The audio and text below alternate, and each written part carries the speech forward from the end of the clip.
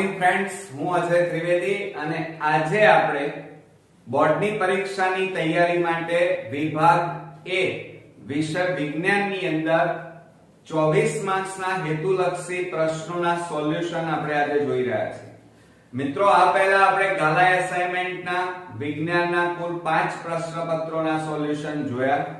સાથે સાથે દેવ સત્ય paper set 1 પણ જોયો અને આજે આપણે દેવ સત્ય પેપર સેટના બીજા પ્રશ્નપત્રનું સોલ્યુશન જોવાના છીએ. મિત્રો, જ્યારે તમે સાયન્સ, મેથ્સ અથવા સમાજ વિદ્યા, અંગ્રેજી જેવા વિષયની અંદર 80 માંથી 80 ગુણ જ્યારે તમે લાવવા ઈચ્છતા હોય ત્યારે મારી દ્રષ્ટિએ વિભાગ એ તમારો કોન્ક્રીટ હોવો જોઈએ.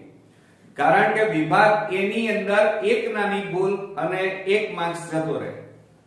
તો આ વિભાગ એ ની અંદર 24 માર્ક્સમાં 6 થી 7 પ્રશ્નો એવા હશે કે જે તમને ટેન્શનમાં લાવી દેશે. પણ મિત્રો, આપણે ટેન્શનમાં આવવું જ નથી અને એ માટે અત્યારથી જ એવી તૈયારી કરવી છે કે બોર્ડમાં કોઈ પણ પ્રશ્ન પૂછાય તો તમને આવડતો હોવો જોઈએ. તો ચાલો શરૂ કરીએ. પ્રશ્નપત્ર 2. એમાં આજે આપણે પહેલો વિકલ્પ પૂછાશે એ જોઈએ.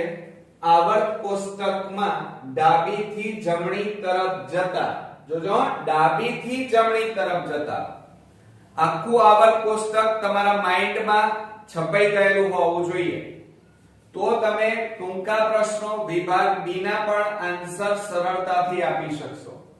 જમણી તરફ જતા બદલાતા વલણ વિશે નીચેના વિધાનો પૈકી કયું વિધાન સાચું નથી? બરોબર?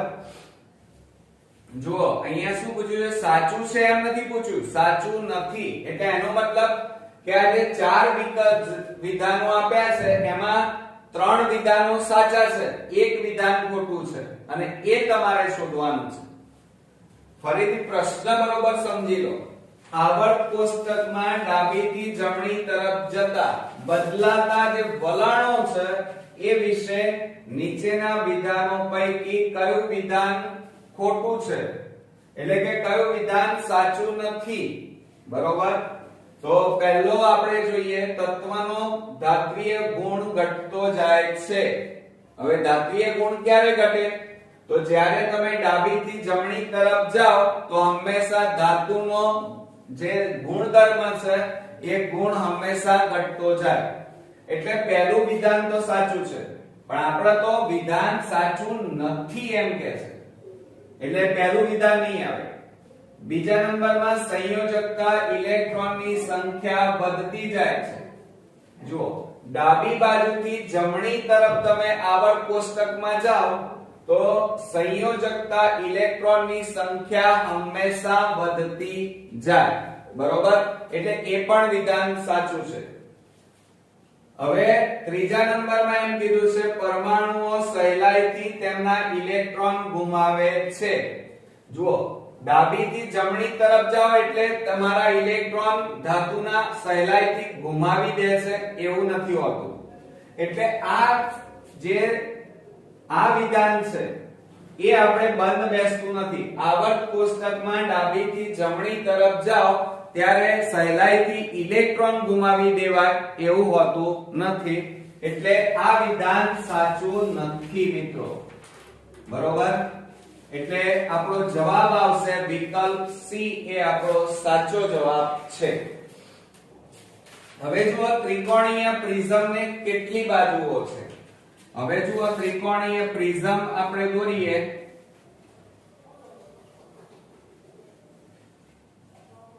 હવે ત્રિકોણીય પ્રિઝમને કુલ કેટલી બાજુઓ છે જુઓ, ગણો. 1 ઉપર, 2 નીચે, પાછળ 1 3, આ 4 અને આ 5. એટલે કુલ ત્રિકોણીય પ્રિઝમને કેટલી બાજુઓ છે? વિકલ્પ સી, 5 બાજુઓ છે. આ રીતે. બરોબર? હવે આકૃતિઓ આપી છે આપણને 1 2 અને 3. એમાં સજીવોને ઓળખી સાચો વિકલ્પ તમારે પસંદ કરવાનો છે. હવે જુઓ, પહેલી આકૃતિ શેની છે? હાઇડ્રા. બીજું છે પ્લેનેરિયા, શેની છે પ્લેનેરિયા અને ત્રીજી શેની છે અમીબાની. આ પહેલી શેની છે હાઇડ્રા, બીજું પ્લેનેરિયા અને ત્રીજું અમીબાની.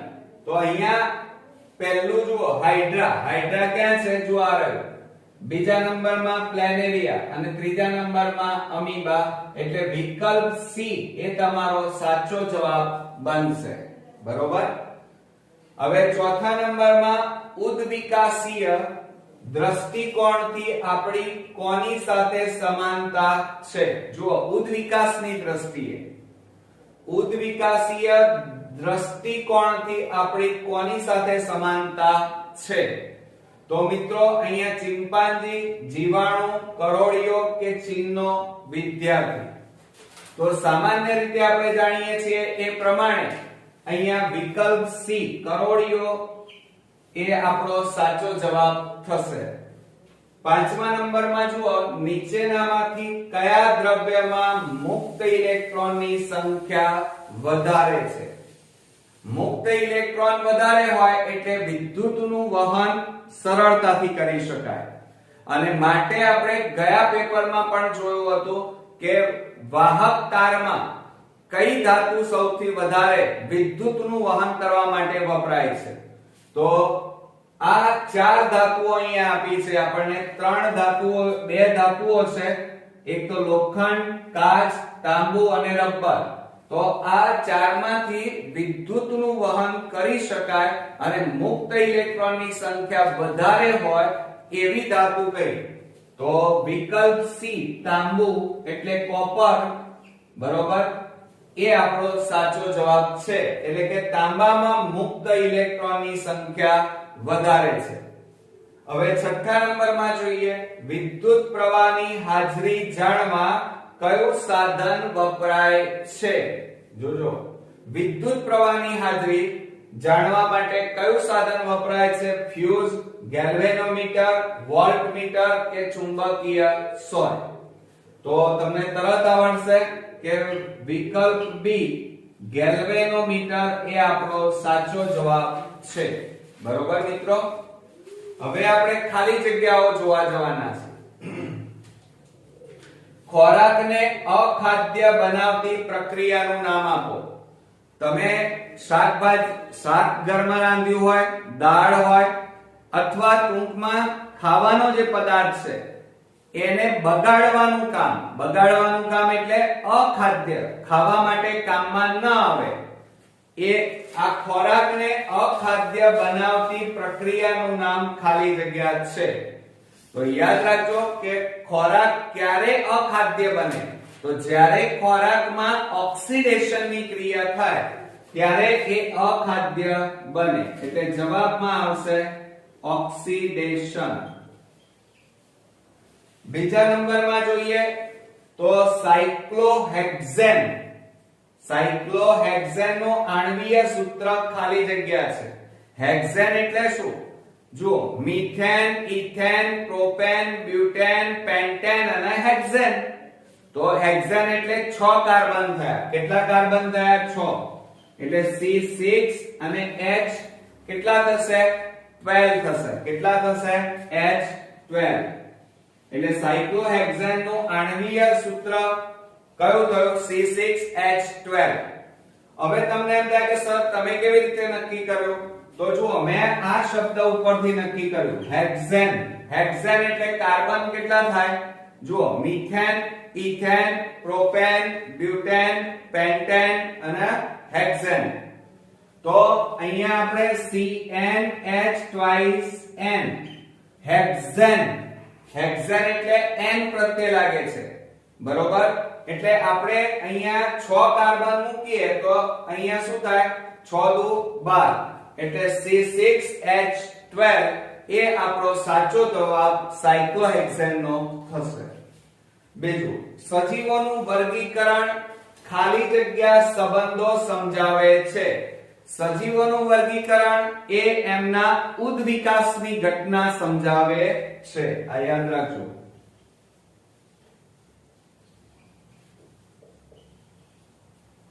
બરોબર. હવે લડવાની કે દોડવાની ક્રિયાની સ્થિતિમાં ખાલી જગ્યા અંતઃસ્ત્રાવ ઉત્પન્ન થાય છે.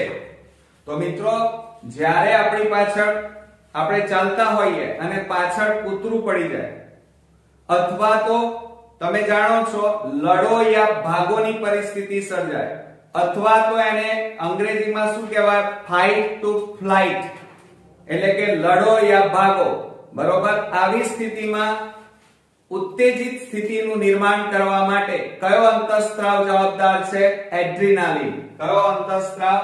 તો આપણા રુધિરમાં એવા સમયે એડ્રીનાલિન અંતઃસ્ત્રાવ એ ઉત્તેજિત સ્થિતિનું નિર્માણ કરવામાં ભાગ ભજવે છે. ઓકે મિત્રો, તો હવે આપણે 11મા નંબરની ખાલી જગ્યા જોઈએ. હવે મિત્રો આપણે 11મા નંબરની ખાલી જગ્યા જોઈએ. કોઈ પણ માધ્યમનો નિરપેક્ષ વક્રીભવનાંક હંમેશા ખાલી જગ્યા હોય. તો યાદ રાખજો કે કોઈ પણ માધ્યમનો નિરપેક્ષ વક્રીભવનાંક હંમેશા 1 કરતા મોટો હોય.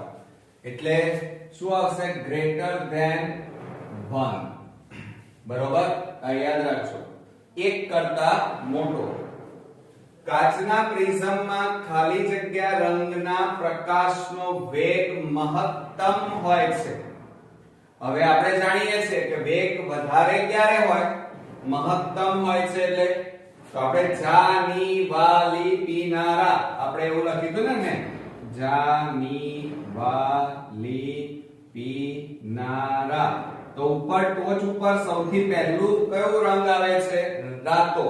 રાતો એટલે લાલ. તો એ લાલ રંગનો વેગ સૌથી મહત્તમ હોય છે, યાદ રાખો.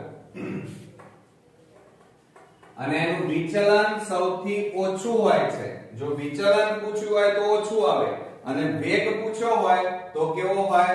સૌથી વધારે. ઓકે, હવે આપણે ખરા ખોટા જોઈએ. અસંતૃપ્ત કાર્બન સંયોજનોમાં બધા જ કાર્બન પરમાણુઓ દ્વિબંધ કે ત્રિબંધથી જોડાયેલા હોય છે.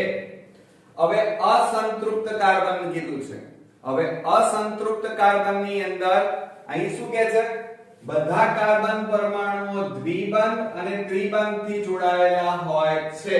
તો આ વિધાન ખોટું છે. એવું જરૂરી નથી કે બધા દ્વિબંધ અને ત્રિબંધથી જોડાયેલા હોય, સિંગલ બંધથી પણ જોડાયેલા હોઈ શકે. એટલે આ વિધાન કેવું છે? ખોટું. ત્યાર પછી પ્રકાશ એ ઊર્જાનું એક સ્વરૂપ છે જે તરંગ સ્વરૂપે ગતિ કરે છે. આપણે જાણીએ છીએ કે પ્રકાશ એ ઊર્જાનું એક સ્વરૂપ છે અને સૂર્યમાંથી પ્રકાશ આવે છે અને પૃથ્વી ઉપર એક તરંગ સ્વરૂપે અહીંયા પૃથ્વી ઉપર પહોંચે છે. તો આ વિધાન આપણું કેવું બનશે? સાચું. 15મા નંબરમાં જોઈએ કે એબ્સિસિક એસિડ એ વનસ્પતિનો વૃદ્ધિ પ્રેરક એટલે કે ઉત્તેજિત અંતઃસ્ત્રાવ છે.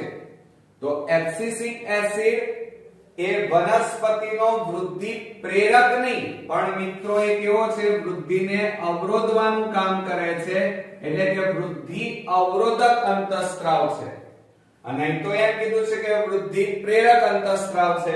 તો આ વિધાન કેવું છે મિત્રો? ખોટું. ઓકે, ત્યાર પછી 16મા નંબરમાં ભિન્નતા જાતિઓના અસ્તિત્વ માટે અગત્યનું છે.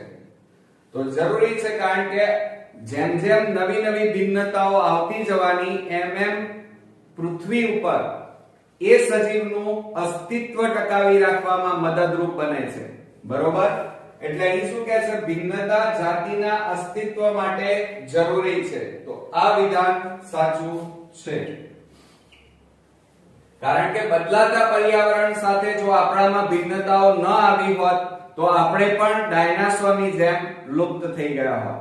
બરોબર, હવે પ્રશ્નોના જવાબની વાત કરીએ તો મેન્ડેલિફે કયા બે તત્વો સાથે બનતા સંયોજન પર ધ્યાન કેન્દ્રિત કર્યું હતું? સમજો, મોસ્ટ ઇમ્પોર્ટન્ટ ક્વેશ્ચન. મેન્ડેલિફે કયા બે તત્વો સાથે બનતા સંયોજન પર ધ્યાન કેન્દ્રિત કર્યું હતું? તો યાદ રાખજો એમાં મેન્ડેલિક એક તો ઓક્સિજન અને બીજું છે હાઇડ્રોજન. આ બે તત્વો ઉપર એમણે ધ્યાન કેન્દ્રિત કર્યું હતું. બરોબર. બીજા નંબરમાં પરિપથમાં ચલિત અવરોધ. ચલિત અવરોધ દર્શાવવા માટે પરિપથ સંજ્ઞા જણાવો. પરિપથ સંજ્ઞા પણ કેવી? ચલિત અવરોધ. તો ચલિત અવરોધ દોરવો હોય તો આ રીતે દોરાય. જોજો બરોબર.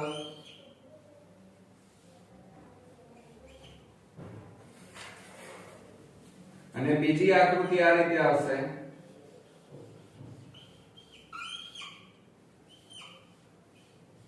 આ બંને ચલિત અવરોધ દર્શાવવા માટેના પરિપથની સંજ્ઞાઓ છે. બરોબર. હવે જો આપણને 19મા નંબરમાં કીધું છે કે અશ્મિભૂત એટલે કે જમીનમાં કરોડો વર્ષો પહેલા જે સજીવો દટાયા હતા અને કરોડો વર્ષોની જમીનની અંદર રાસાયણિક પ્રક્રિયાના અંતે આપણને જે બળતણ મળ્યું એને અશ્મિગત બળતણ કહેવાય. તો એ અશ્મિભૂત બળતણના નામ આપો. તો અશ્મિભૂત બળતણ કયા છે? એક તો કોલસો અને બીજું છે પેટ્રોલિયમ.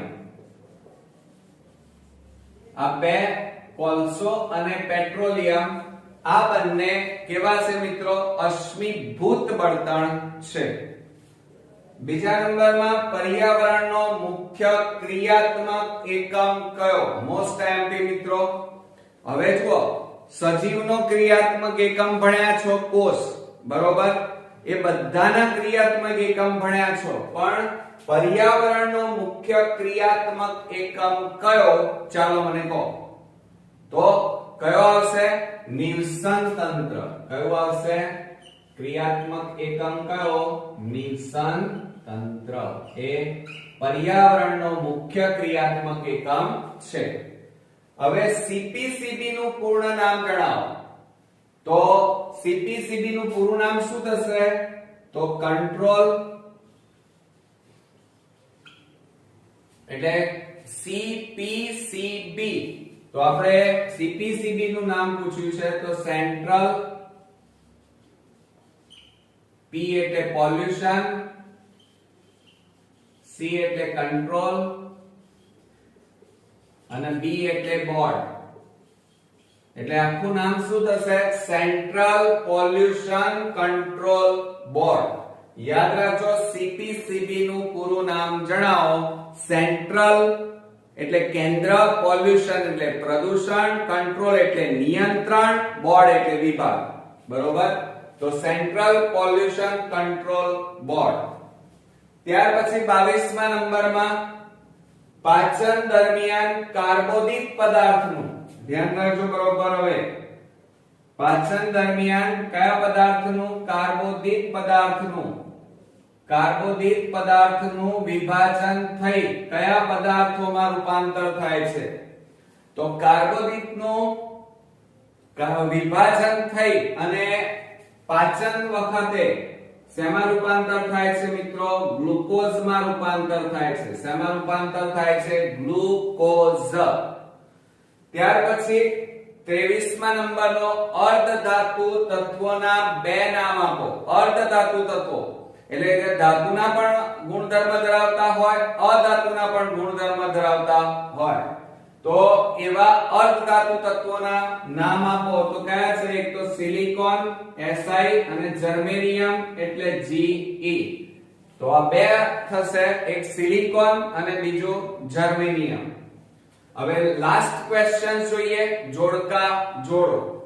પ્રાથમિક ઉપભોક્તા, દ્વિતીય ઉપભોક્તા અને બમાં શાકાહારી, માંસાહારી અને મિશ્રાહારી આ ત્રણ વસ્તુ આપી છે. ચલો, પ્રાથમિક ઉપભોક્તા કોને કહેવાય? તો લીલી વનસ્પતિને સૌપ્રથમ કોણ ખાય? તો ગાય, ભેંસ, બકરી, બળદ ખાય. તો જે લોકો ઘાસ ખાય છે, જે લોકો વનસ્પતિનો ખોરાક તરીકે સૌપ્રથમ ઉપયોગ કરે છે એવા પ્રાણીઓ કેવા? તો ગાય, ભેંસ, બકરી, બળદ. તો એને કેવા કહેવાય? શાકાહારી કહેવાય મિત્રો. તો પ્રાથમિક ઉપભોક્તા કહેવાય એમને. તો એમાં શું આવશે? શાકાહારી પ્રાણી. હવે ત્યાર પછી જુઓ, હવે જો વનસ્પતિને કોણ ખાય? પહેલું જોજો બરોબર, વનસ્પતિને કોણ ખાય? બકરી ખાય. હવે બકરી છે ને એ ઘાસ જ ખાય, બીજું કશું ખાય નહીં. ઘાસ પાંદડા એટલે વનસ્પતિ ખાય. તો આને પ્રાથમિક ઉપભોક્તા કહેવાય. અને બકરીને કોણ ખાય? તો માણસ ખાય, બરોબર. અને માણસ એ દ્વિતીય કક્ષાના ઉપભોગી કહેવાય. અથવા બકરીને કોણ ખાય? તો આપણે વાઘ ખાય. કોણ ખાય? બકરીને વાઘ ખાઈ જાય. સિંહ ખાય, ચિત્તો ખાય, દીપડો ખાય. તો એ લોકો ફક્ત માંસ ખાય છે, માટે દ્વિતીય કક્ષાના ઉપભોગી. અને માંસ એકલું ખાય છે, માટે એમને કેવા કહેવાય? માંસાહારી પ્રાણીઓ. અને ત્યાર પછીના જે પ્રાણીઓ આવવાના તૃતીય કક્ષાના ઉપભોગીઓ, એ બધા કેવા આવવાના? મિશ્રાહારી આવવાના. કેમ? કારણ કે લોકો શાકભાજી પણ ખાશે અને માંસ પણ ખાશે, જેવા કે આપણા જેવા. આપણે માંસ પણ ખાવાના અને શાકભાજી પણ ખાવાના, એટલે આપણે મિશ્રાહારી પ્રાણીઓ કહી શકાય. તો મિત્રો, આ હતા દેવ સત્ય પેપર સેટ 2 ના સંપૂર્ણ સોલ્યુશન વિભાગ A નું કર્યું. મને ચોક્કસ ખાતરી છે કે દરેક પ્રશ્નોને મેં સારી રીતે સમજાવવા પ્રયત્ન કર્યો છે અને તમને મજા પણ આવી હશે. અને સાથે સાથે મિત્રો, ખાસ તમે આ બધા જ વિડિયો ધ્યાનથી જોવાનું રાખજો, કારણ કે વિભાગ A માં જ તમારા માર્ક્સ કપાવવાના છે. તો આપણે વિભાગ A માંથી એક પણ માર્ક્સ કપાવવા દેવાનો નથી, અને એટલા જ માટે આપણે આ ઘણા બધા પેપરો સોલ્વ કરી રહ્યા છીએ. હવે નેક્સ્ટ વિડિયોમાં પ્રશ્નપત્ર 3 નું સોલ્યુશન જોઈશું. ત્યાં સુધી મહેનત કરતા રહો, કોન્ફિડન્સ રાખો અને સાથે સાથે સતત પ્રયત્ન કરતા રહો. તો નેક્સ્ટ વિડિયોમાં ફરી મળીએ. ત્યાં સુધી ગુડ નાઇટ મિત્રો.